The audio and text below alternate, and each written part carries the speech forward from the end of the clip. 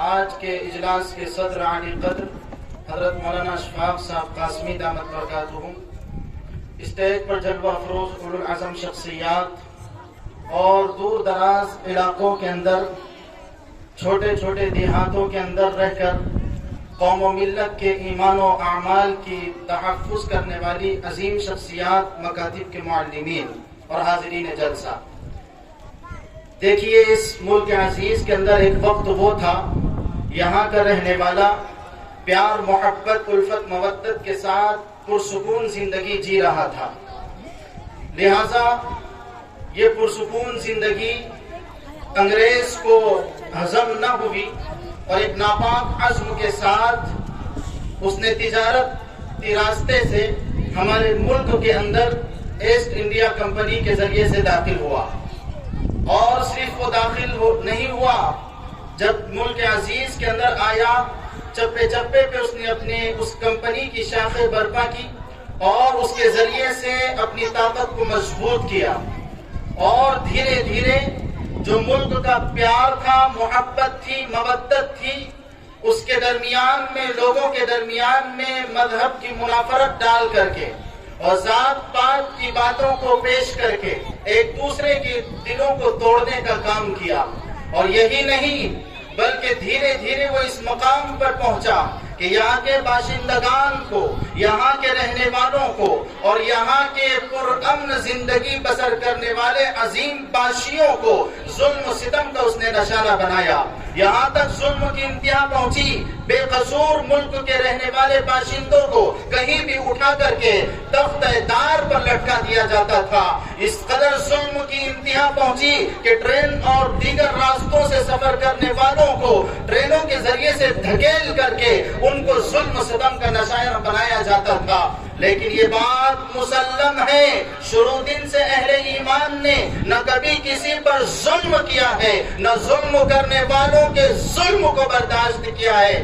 اس وقت یہ ظلم کے نظارے دیکھ کر ہمارے اکابر و اسلاف کھڑے ہوئے، اور صرف کھڑے نہیں ہوئے، ملک کے اندر جب انہوں نے دیکھا انگریز اپنی طاقت کو مضبوط کرتے ہوئے ملک کے کئی صوبوں پر قابض ہو گئے ہیں، لہٰذا انہوں نے ملک کے اندر کھڑے ہو کر قائدانہ کردار ادا کیا،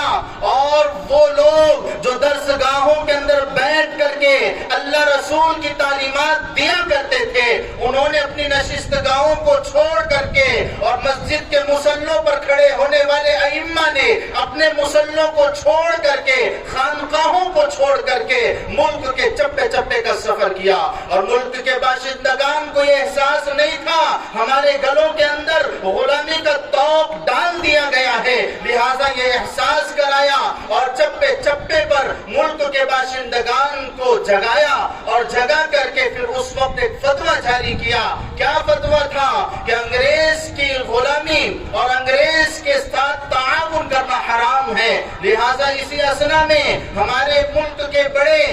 عظیم مجاہد اعظم حضرت مولانا حسین احمد مدنی علیہ الرحمہ کو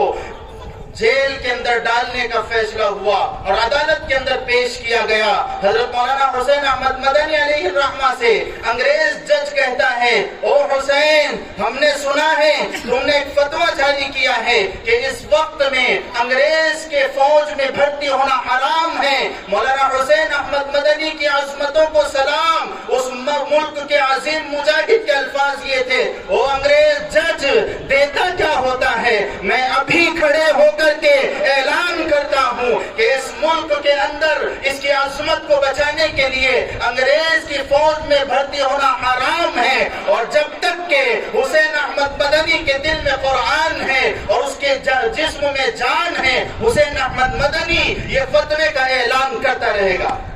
جج کہتا ہے کہ اس کا انجام جانتے ہیں، کہ تو سنا کہ تخت دار پر لٹکایا جائے گا، کہ تو کیا سمجھتا ہے میں ڈر جاؤں گا؟ میں تو اپنے ساتھ جب دیوبند کے سفر سے نکلا تھا تو کفن کو اپنے جیب سے نکال کر کے لہرایا اور کہا تو سمجھتا ہے میں ڈر جاؤں گا، 7 کفن لے کر کے آیا ہوں۔ لہٰذا اتنی عظیم تاریخ ہماری ہے، اس ملک کے لیے قربانیاں ہماری ہے، لیکن اس کو فراموش کیا جا رہا ہے۔ اب کچھ نہ سمجھے یہ زمانہ ہمیں ورنہ تہذیب و تمدن کی بقا ہم سے ہوئی ہے۔ پھولوں کے جبینوں سے ٹپکتا ہے لہو کیوں، جب بھی کبھی کانٹوں کی ثنا ہم سے ہوئی ہے۔ ہم نے ہی تو سینچا تھا اس دیش کا گلشن، جب کیوں بعد سحر آج خفا ہم سے ہوئی ہے۔ لہٰذا ہماری تاریخ کو مسخ کرنے کی کوشش کی جا رہی ہے، ہماری خدمات کو فراموش کرنے کی کوشش کی جا رہی ہے، لیکن سنیں پتا پتا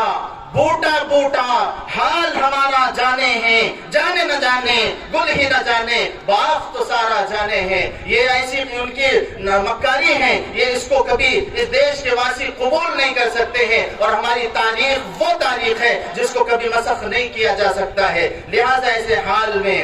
ہمارے بزرگ اکابر و اسلاف کے نقش قدم پر چلتے ہوئے آج کے موجودہ دور کے ہر فرد کی ذمہ داری ہے پھر اس دیش کے اندر جو چال انگریزوں نے چلی تھی وہی چال چلنے کی کوشش کی جا رہی ہے۔ مذاہب کے درمیان میں منافرت کے بیج بوئے جا رہے ہیں، اور یہی نہیں، مسلمانوں کو مظلوم بنانے کے لیے، خوف زدہ بنانے کے لیے ہر علاقوں میں کوشش ہو رہی ہے۔ ایسے موقع پر ہم مدارس کے طلباء اور یہ مکاتب کی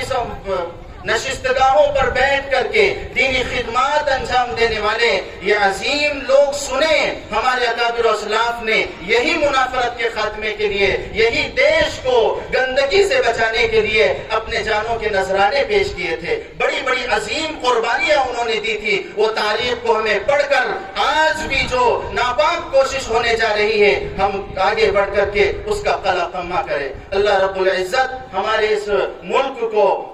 یہ جو منافرت کا بیج بویا جا رہا ہے اس سے محفوظ فرمائے، اللہ تعالیٰ اس پروگرام کو قبول فرمائے۔ میں مبارکباد دیتا ہوں مدرسہ اعجاز العلوم کے ہر فرد کو، واقعی ایک ایسا گلستان انہوں نے سجا کر یوم آزادی کے پروگرام کو ترتیب دیا جس کے ذریعے سے بہت قیمتی باتیں ہمارے سامنے آئی۔ یہاں کے تمام اساتذہ، تمام طلباء، تمام ذمہ داران مبارکباد کے مستحق ہے۔ ماشاءاللہ مکتب مدرسہ اعجاز العلوم اپنے اکناف